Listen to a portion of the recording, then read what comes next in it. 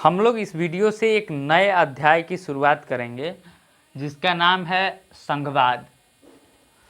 संघवाद को अंग्रेजी में फेडरलिज्म कहते हैं, जो कि फेडरल वर्ड से बना है।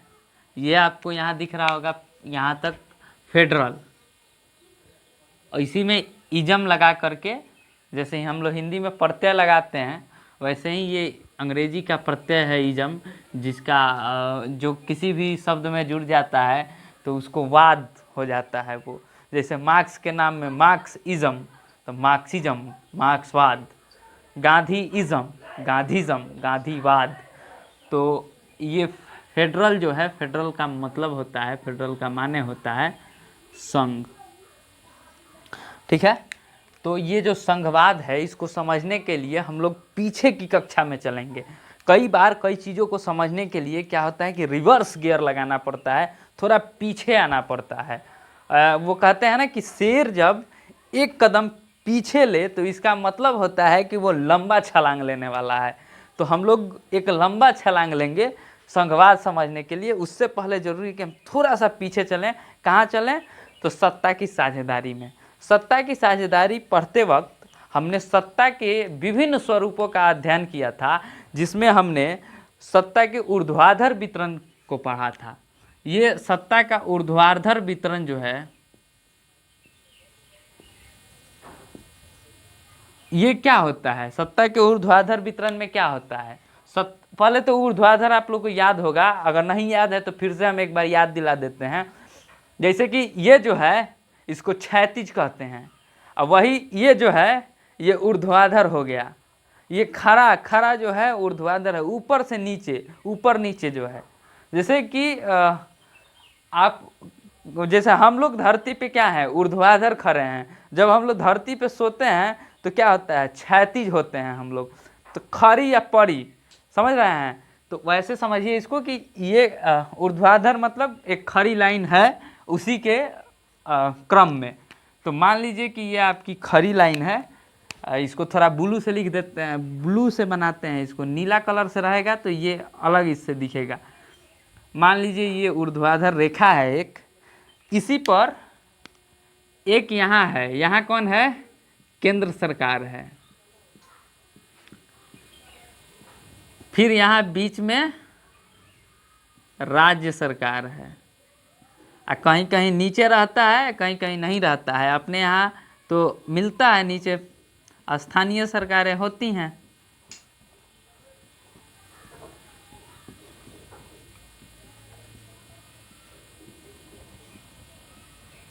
यही जो व्यवस्था है, ये जो आप व्यवस्था देख रहे हैं, ये जो हायरार्की, ये जो क्रम बना हुआ है कि ऊपर केंद्र, उसके नीचे राज्य, उसके नीचे स्थानीय सरकार, इसी हायरार्की को, इसी व्यवस्था को संघवाद कहा जाता है। बात समझ में आई? अगर नहीं आई तो फिर से एक बार ऐसे समझिए इस चीज़ को कि संघवाद, हम बोल के अब बता रहे हैं कि संघवाद एक ऐसी व्यवस्था है, एक ऐसी शासन प्रणाली है, एक ऐसी शासन पद्धति है जिसमें सत्ता को विभिन्न स्तरों पर बांट दिया जाता है। विभिन्न स्तरों से जो है सरकारें चलाई जाती हैं। शासन एक ही भूखंड पर, एक ही स्थान पर विभिन्न स्तरों की सरकारें शासन करती हैं। उसी व्यवस्था को संघवाद कहते हैं। कैसे करती हैं तो आपको थोड़ा सा इत्मीनान रखिए, हम समझाते हैं। इसको पहले हम मिटा देते हैं। अब देखिए, भारत एक देश है। भारत एक देश है। अब नक्शा बनाने हमको आता नहीं है, लेकिन जैसे बना रहे हैं सह लीजिएगा, या नक्शा का छोड़ दीजिए। आप ऐसे समझिए कि भारत एक देश है, और उस भारत देश को, मान लीजिए कि ये भारत जो देश है, इस भारत देश को एक केंद्र सरकार है। इस भारत देश में एक केंद्र सरकार है ना, उसके बाद इसके कई राज्य हैं। 28 राज्यों में भारत विभाजित है, और उन 28 राज्यों में कई पंचायतें हैं, हजारों पंचायतें हैं इस देश में। तो हजारों गांव हैं और हजारों पंचायतें हैं। गाँवों का देश भारत को कहा जाता है और भारत की आत्मा गाँव में बसती है, सुना भी होगा आपने।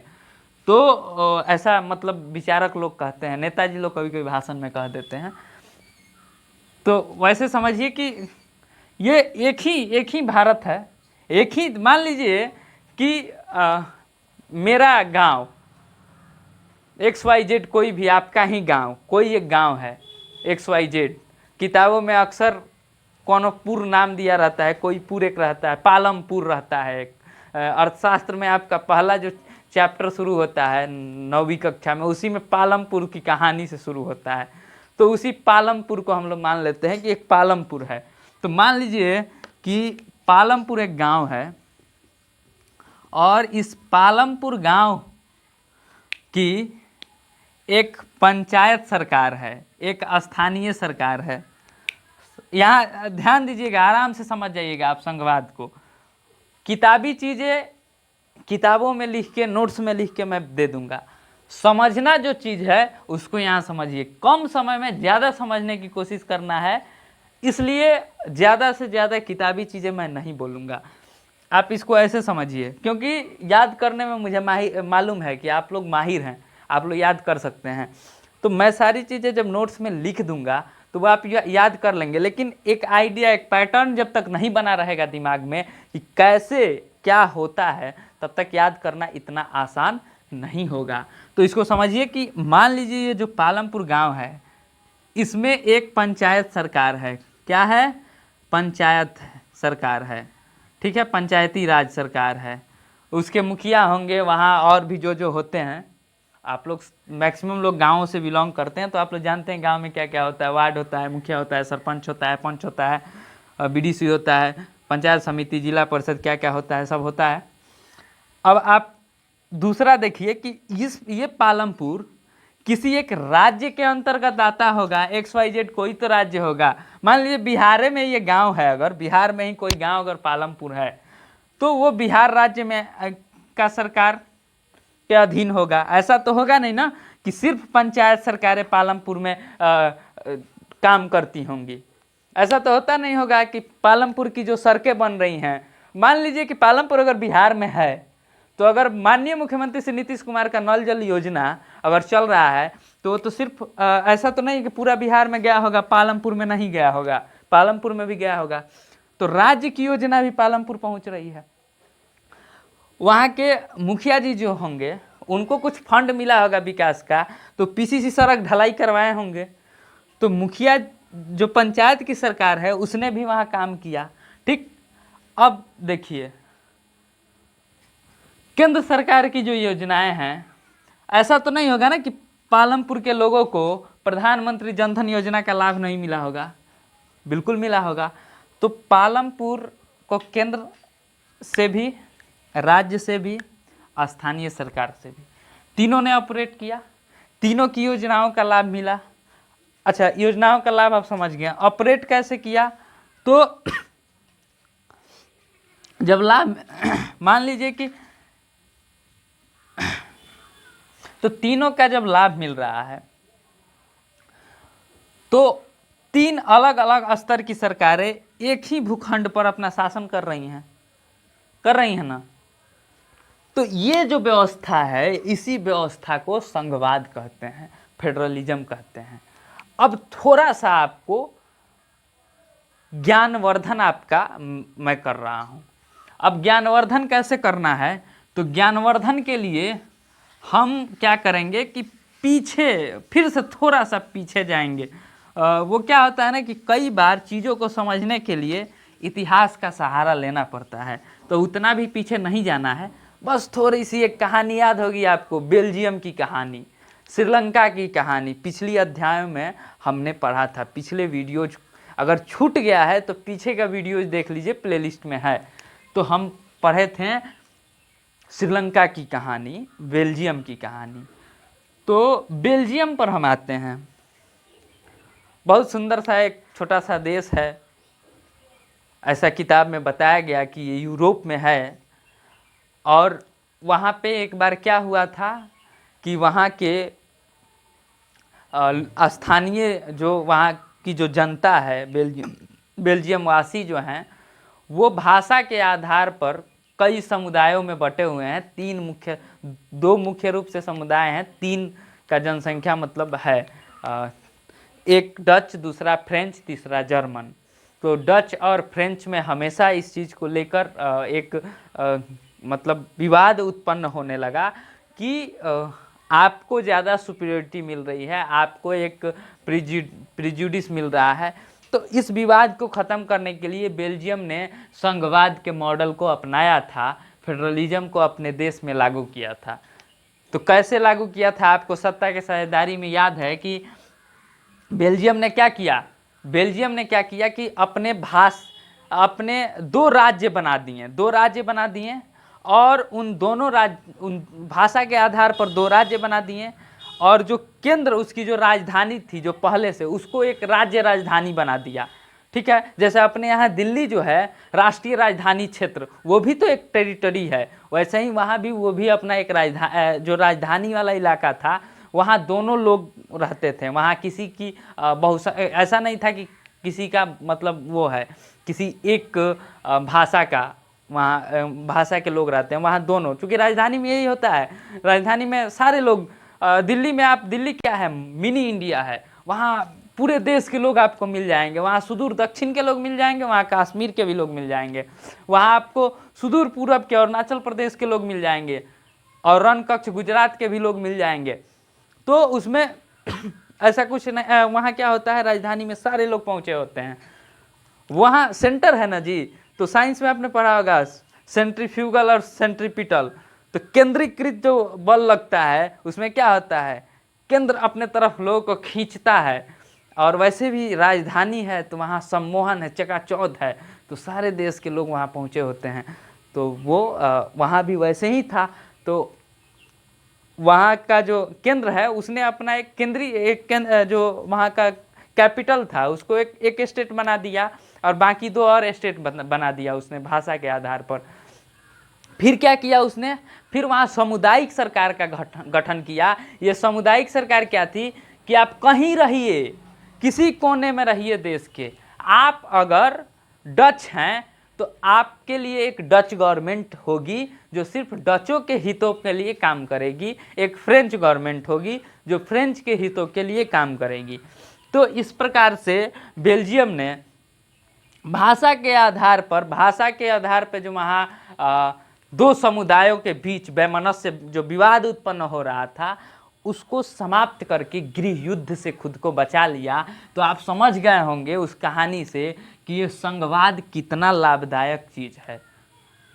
आमतौर पर संघवाद का, अब इससे आप एक चीज़ ऐसे भी समझ लीजिए कि आमतौर पे संघवाद का इस्तेमाल कहाँ होता है, जहाँ विविधता होती है। इस चीज़ को नोट कर लीजिए, कहाँ संघवाद का इस्तेमाल होगा, जहाँ विविधता होगी। वो विविधता अब संस्कृति के आधार पर हो, भाषा के आधार पर हो, धर्म, जाति, लिंग वाला छोड़ दीजिए, धर्म और जाति के आधार पर हो। क्योंकि लिंग का क्या है ना कि लिंग के आधार पर अब बांट नहीं सकते हैं लोगों को कि ये महिलाओं का राज्य है, पुरुष का राज्य है, फिर तो हो गया सृष्टि का सत्यानाश। तो इस चीज़ को, और वैसे भी जाति के भी आधार पर, धर्म किसी भी आधार पर बांटना उचित नहीं है। तो थोड़ा सा जब भारत की तरफ हम लोग बढ़ेंगे ना, तो भारत क्या है, पूरे दुनिया के लिए भारतीय संविधान क्या है, रोल मॉडल पेश करता है खुद को। तो इस चीज़ को इन्हीं छोटी छोटी चीज़ों से भारत अपने आप को रोल मॉडल पेश करता है दुनिया के लिए। तो इस चीज़ को हम समझेंगे कि दुनिया के देशों ने जो गलती की, उसी गलती का सबक लेकर दुनिया के देशों ने जो चीज़ लागू की, जो गलती कर दी, उस गलती को भी इंडिया ने बाद में एलिमिनेट करके खुद को एक आइडियल कॉन्स्टिट्यूशन के रूप में स्टेबलाइज किया। इस चीज़ को समझेंगे हम लोग। तो एक तो आ गया विविधता, दूसरा आपको अब दूसरा मैं समझाता हूँ, दूसरा भी पॉइंट मिलेगा आगे, फिर कहानियों में बढ़ेंगे। श्रीलंका, तो आपने बेल्जियम वाली कहानी से क्या सीखा कि जहाँ विविधता है वहाँ संघवाद आवश्यक है। दूसरे कहानी पे चलते हैं हम लोग। दूसरे कहानी पर जाने से पहले थोड़ा सा श्रीलंका का याद कर लीजिए कि श्रीलंका ने इस चीज़ को नहीं किया तो श्रीलंका में गृह युद्ध हुआ। तो ये चीज़ है, किताब में था तो सोचें कि इसको मेंशन कर दें, इससे थोड़ा स्टैंडर्ड अप लगता है। बाकी दूसरे कहानी पे चलते हैं। अमेरिका एक देश है, आपने नाम सुना होगा, USA, United state of America. Actual में अमेरिका कोई देश वो है नहीं, वो एक आदमी का नाम था जिसने उस बहुत बड़े भूभाग को खोज डाला। तो एक का नाम उत्तरी अमेरिका पड़ा, दूसरे का दक्षिणी अमेरिका पड़ा। कभी आप मैप जब देखते होंगे तो देखते होंगे दोनों बीच से जल से कटा भी है। तो आप बहुत लोग कंफ्यूज हो जाते होंगे कि ये स रा अ का क्या लिख दिया है। ऐसे लिखा रहता है, हिंदी वाले मैप में लिखा रहता है स रा अ। अच्छा, उसका उस बड़े भूभाग पे एक जगह और बोल्ड अक्षर में लिखा रहेगा उत्तरी अमेरिका, और फिर उसके नीचे लिखा रहता है दक्षिणी अमेरिका। अब कंफ्यूज,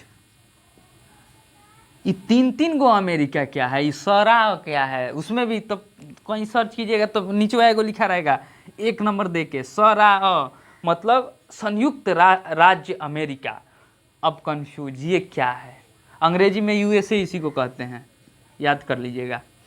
तो ये दोनों जो हैं ये कॉन्टिनेंट हैं, महादेश महाद्वीप।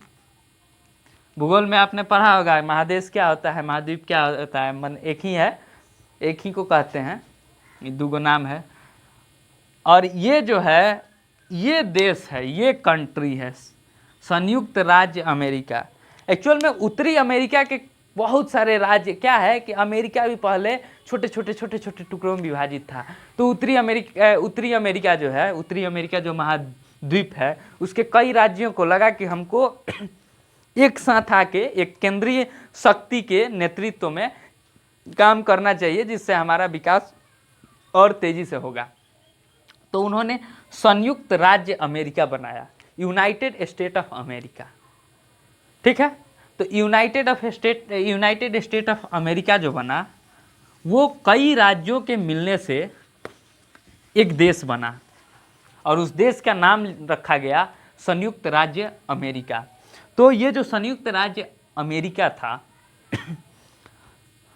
ये भी संघवाद के मॉडल पे बना। तो दूसरा चीज हम क्या देखते हैं कि जब कई छोटे स्टेट मिलके एक बड़े स्टेट का फॉर्मेशन करते हैं, एक बड़े भूभाग को एक बड़े भूभाग को राजनीतिक स्वरूप प्रदान करते हैं, देश बनाते हैं, तो वहाँ भी संघवाद का मॉडल लागू होता है। तो बड़े देशों के लिए ये संघवाद जरूरी है, बड़े भूभाग के लिए।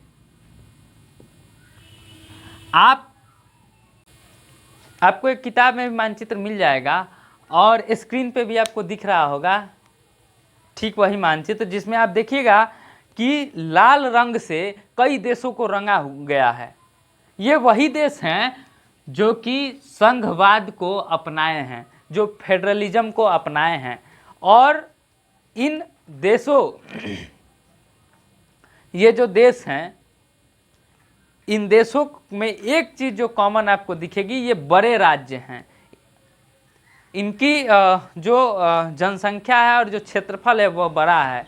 संघवाद कहाँ है? ऑस्ट्रेलिया में है, रसिया में है, भारत में है, अमेरिका में है, बेल्जियम जैसे भी कुछ देश हैं जो इनकी तुलना में छोटे हैं। तो दूसरा चीज़ आपको हमने पहले ही बता दिया था कि विविधता, ये बड़ा फैक्टर है, विविधता। इसके लिए ये सबसे ज़रूरी होता है, नहीं तो क्या होगा कि यूनिटरी गवर्नमेंट, इसका अपोजिट, हर चीज़ का अपोजिट होता है। तो आप पूछ सकते हैं कि संघवाद का सर अपोजिट क्या है भैया, संघवाद का अपोजिट क्या है? तो संघवाद का एकात्मक ऐसे लिखते हैं, एकात्मक शासन प्रणाली जो है वो इसका अपोजिट शासन प्रणाली है। संघवाद का विपरीतार्थक शासन प्रणाली का नाम है एकात्मक शासन प्रणाली। एकात्मक शासन प्रणाली एक ऐसी व्यवस्था है जिसमें सिर्फ केंद्र होता है और केंद्र ही शासन का सारा जिम्मा उठाता है। इसको अंग्रेजी में यूनिटरी सिस्टम कहते हैं। एकात्मक शासन प्रणाली है ये, तो इसमें केंद्र ही होता है, केंद्र सरकार है, वही चारों तरफ शासन कर रहा है, उसी का दबदबा है। कुछ जगहों पर राज्य बनाई गई हैं लेकिन वहाँ यूनिटरी गवर्नमेंट है। राज्य बनाई गई, सोचिए राज्य बनाई गई है लेकिन यूनिटरी गवर्नमेंट है। इसका क्या मतलब है जी? इसको थोड़ा ब्रॉडर समझना पड़ेगा। इसको ऐसे, उसमें क्या होता है ना कि राज्यों को बस नाम के लिए बनाया गया, उनके पास शक्ति नहीं है, उनके पास कोई शक्ति नहीं है। वो एक बस विभाजन का एक स्वरूप कर दिया गया है ताकि बड़ा देश है तो उस पहचान में आ जाए कि हाँ वहाँ, मतलब एक होता है ना कि घर में सारा चीज़ खाना वगैरह तो एक ही जगह से बनता है, सबको इसी को एक ही जगह से खिलाया जाता है, लेकिन सबका एक रूम होता है ना कि ये उनका रूम है, उनका रूम है। किस लिए? कि कुछ चीज़ें जो हैं उनकी, उन चीज़ों को हम डिफिनिट कर सकें, तो इसलिए राज्य बना दिया गया है इन जगहों पर कि कुछ उस राज्य की कुछ चीज़ों को डिफिनिट कर सके, थोड़ा शासन में आसानी हो। अब गांव का नाम रखिएगा ना जी कि पूरा देश को चाइना ही कहिएगा।